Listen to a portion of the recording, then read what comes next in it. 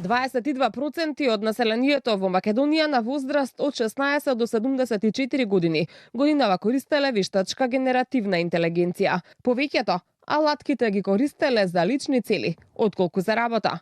Интересно е тоа што 1 од 10 ученици вештачка интелигенција користи и како помош во учењето. Како најчеста причина зошто не користеле алатки, 43% од граѓаните на Македонија рекле дека немале потреба.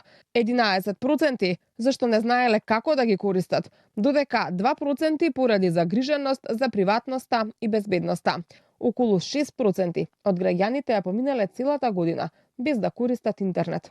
Според Дарко Симуновски, портфолио менаџер и познавач на вештачка интелигенција, вештачката интелигенција не е опасна сама по себе, но олеснетиот пристап до многу информации кои ги нуди ги прави луѓето помрзеливи. Дефинитивно тоа се употребува се почесто и почесто.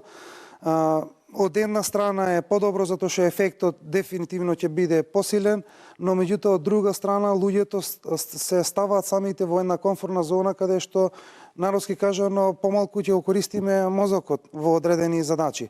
Симуновски вели дека оправдани се стравувањата дека вештачката интелигенција може да ги замени луѓето на одредени работни позиции, бидејќи повеќе од 70 милиони луѓе во светот досега останале без работа благодарение на вештачка интелигенција. Customer service веќе сега е рапидно се заменува и доста луѓе од тој сектор, има некои статистики од Светска банка дека преку 70 милиони луѓе во светот од појавата на чат GPT и овие нови големи модели на машинско учење, веќе 70 милиони луѓе ја изгубиле работата и морале да се пренасочат на нешто друго или се уште се во потрага на нова работа. На ниво на Европската унија речиси 1/3 од луѓето на возраст од 16 до 74 години годинава користеле алатки, покажуваат податоците за употребата на вештачка интелигенција во домакинствата, објавени од Евростат.